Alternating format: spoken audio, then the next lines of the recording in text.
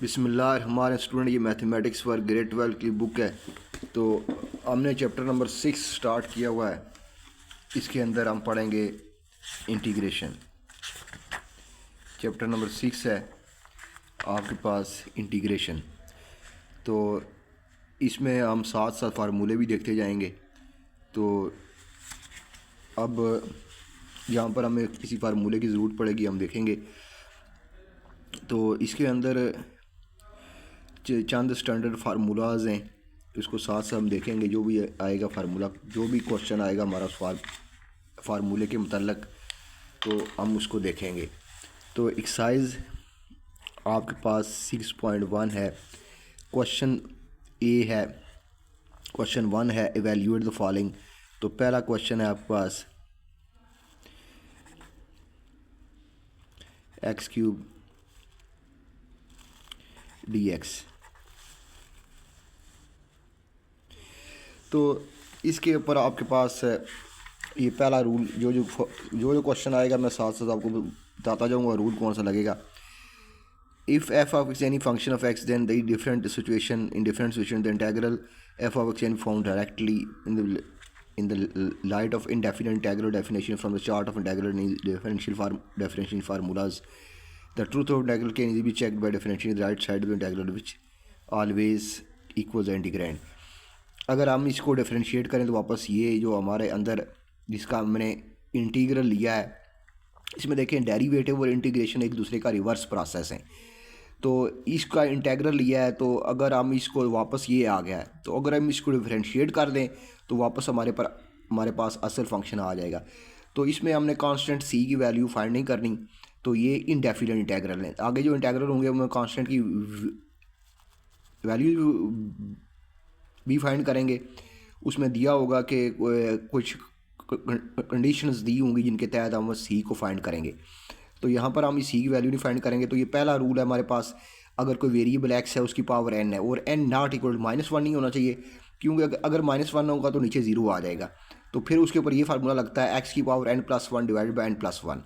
तो इसके ऊपर वो यही फार्मूला लगाएं। तो इसका इंटीग्रल क्या होगा, इसका इंटीग्रल ये होगा कि x की पावर 3+1 डिवाइडेड बाई 3+1।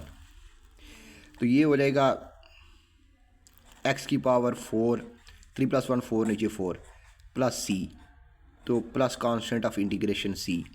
तो ये इसका आंसर है। अगला पार्ट देखें, नेक्स्ट बी पार्ट है। बी पार्ट में कह रहा है कि इंटीग्रल ऑफ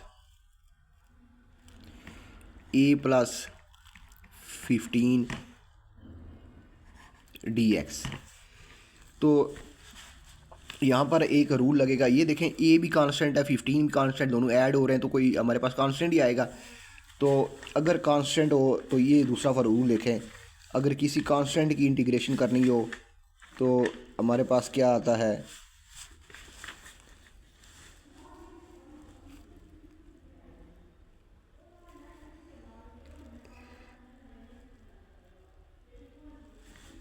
कांस्टेंट की इंटीग्रेशन अगर करनी हो तो इसमें देखें अगर कोई कांस्टेंट है उसकी इंटीग्रेशन करनी है तो कांस्टेंट इंटीग्रेशन के से बाहर आ जाएगा, कांस्टेंट इंटीग्रेशन से बाहर आ जाएगा अंदर dx।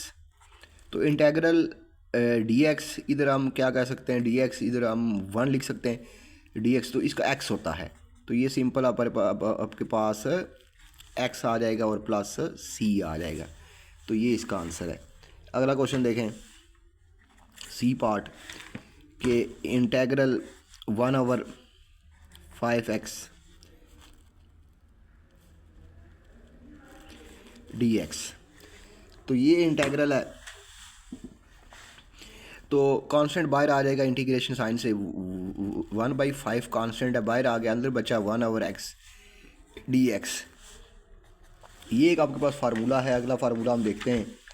तो अगर नीचे कोई फंक्शन है, जैसे कि x है तो ऊपर उसका डेरिवेटिव हो, नीचे x है तो x का डेरिवेटिव 1 होता है। ऊपर अगर फंक्शन नीचे लिखा हो, ऊपर उसका डेरिवेटिव लिखा हो, नीचे f(x) लिखा हो, ऊपर f'(x) लिखा हो, तो उसकी जो इंटीग्रेशन होती है वो log of x होती है। तो यहाँ पर x को आप कोई फंक्शन कह सकते हैं f(x), तो ऊपर लिखा हुआ एफ डैश एफ एक्स। तो इस तरह हो, अगर आपके पास ऊपर लिखा हो एफ डैश एक्स, नीचे हो F of x D x, तो इसकी जो इंटीग्रेशन होती है वो log of F of x होती है, नीचे वाले का लॉग। तो इधर वो 1/5 आ जाएगा, एक्स का हो जाएगा लॉग ऑफ एक्स प्लस सी। तो ये इसका आंसर है। आगे नेक्स्ट देखें डी पार्ट। डी पार्ट में है जी 3x स्केयर 4x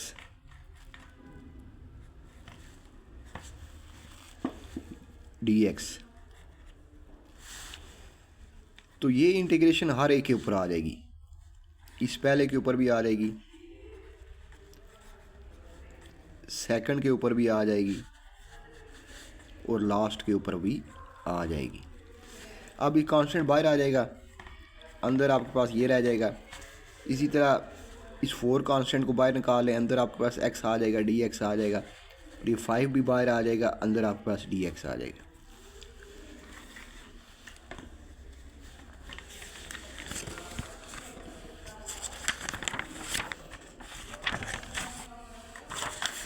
अंदर आपके पास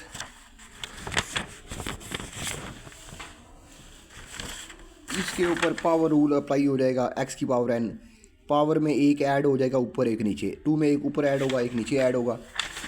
ये देखें 3x की पावर 2 + 1 2 + 1, इधर x की पावर 1 है तो ऊपर एक ऐड होगा एक नीचे ऐड होगा।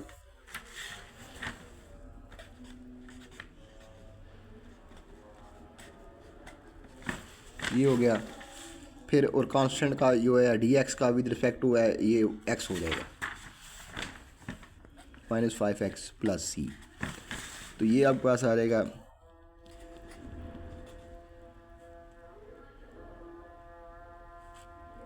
3 / 3 x 2 + c। तो ये इसका आंसर है। ई पार्ट देखें 1 + 3t t³ dt।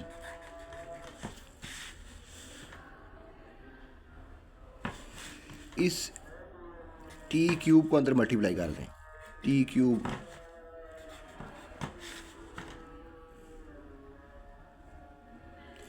इस t³ को 1 से मल्टीप्लाई करें, फिर इससे मल्टीप्लाई करें, तो ये बन जाएगा 3t⁴ dt। t³ इस 1 से मल्टीप्लाई होगा, t³ आ जाएगा 3t से मल्टीप्लाई होगा, t³ और 1 t⁴ हो जाएगी।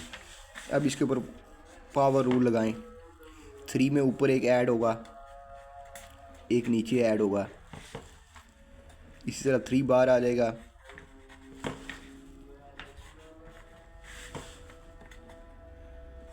एक ऊपर ऐड होगा एक नीचे ऐड होगा,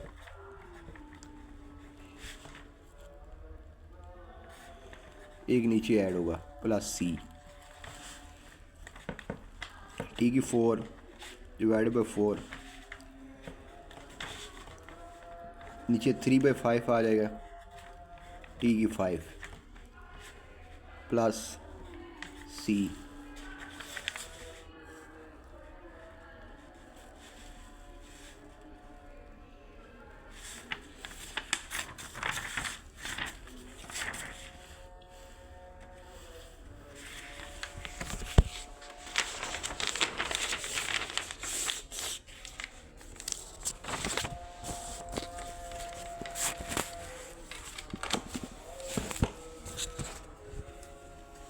अगला देखें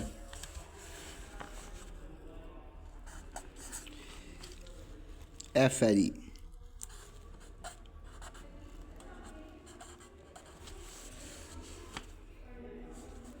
ये ऊपर जाएगा तो पावर -3 हो जाएगी dx। तो पावर रूल लगेगा, एक ऊपर ऐड होगा एक नीचे ऐड होगा +c। ये आ जाएगा एक्स की पावर -2, नीचे -2 प्लस सी, तो ये आ जाएगा -1/2 एक्स, नीचे चला जाएगा तो स्केयर हो जाएगा प्लस सी। अगला पार्ट ई की पावर 5x dx।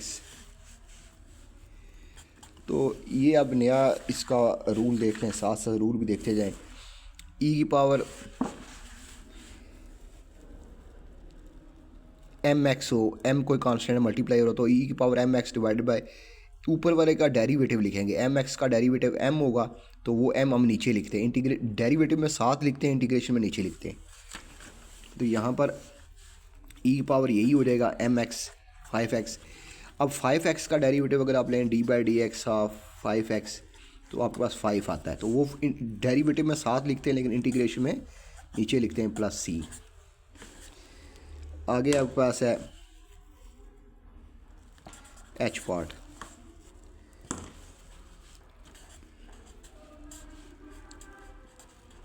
dx। तो ये आपके पास पता है आपको 1 + x² dx हो तो ये tan इनवर्स x होता है। तो ये सिंपल है, 5 बाहर आ जाएगा तो ये आ जाएगा अंदर 1/1 + x² dx, तो ये आ जाएगा 5, तो ये आ जाएगा tan इनवर्स x प्लस सी।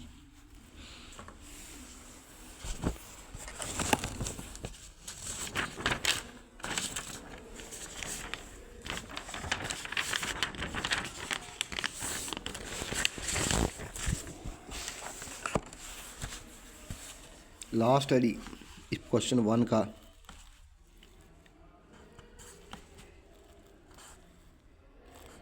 t³ t√dt। तो इसमें t का अंडर स्क्वायर रूट है तो इसकी पावर 1/2 हो जाएगी dt। तो ये 3 + 1/2 dt, तो ये 3 × 6, 6 + 1/2 t पावर dt, ये हो जाएगी t की पावर 7/2 dt। अब इसमें पावर रूल लगेगा, इसमें एक ऐड होगा, एक नीचे ऐड होगा प्लस सी। 2 LCM 2 + 1 2 2 1 2 1 2 1 2 7 9/2, नीचे भी 9/2 t की पावर 9/2 प्लस सी। तो ये 2 पर चला जाएगा 2/9 t की पावर 9/2 प्लस सी।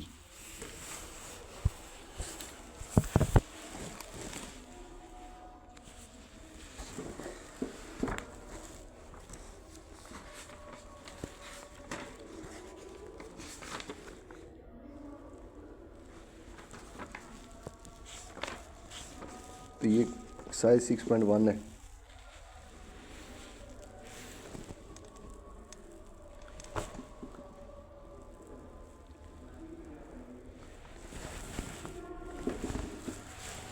तो आइए हम सारे आंसर अपने कंफर्म करते हैं।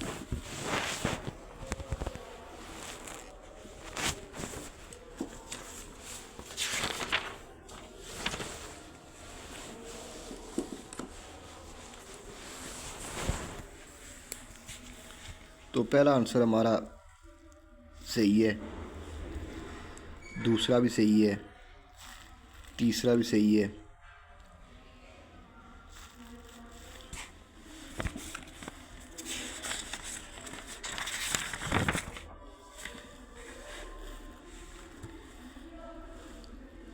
ये आंसर भी हमारा सही है।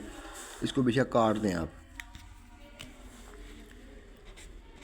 2 × 2 = 4, तो ये बन जाएगा x³ + 2x² - 5x प्लस सी। अगला आंसर भी हमारा सही है। उसके बाद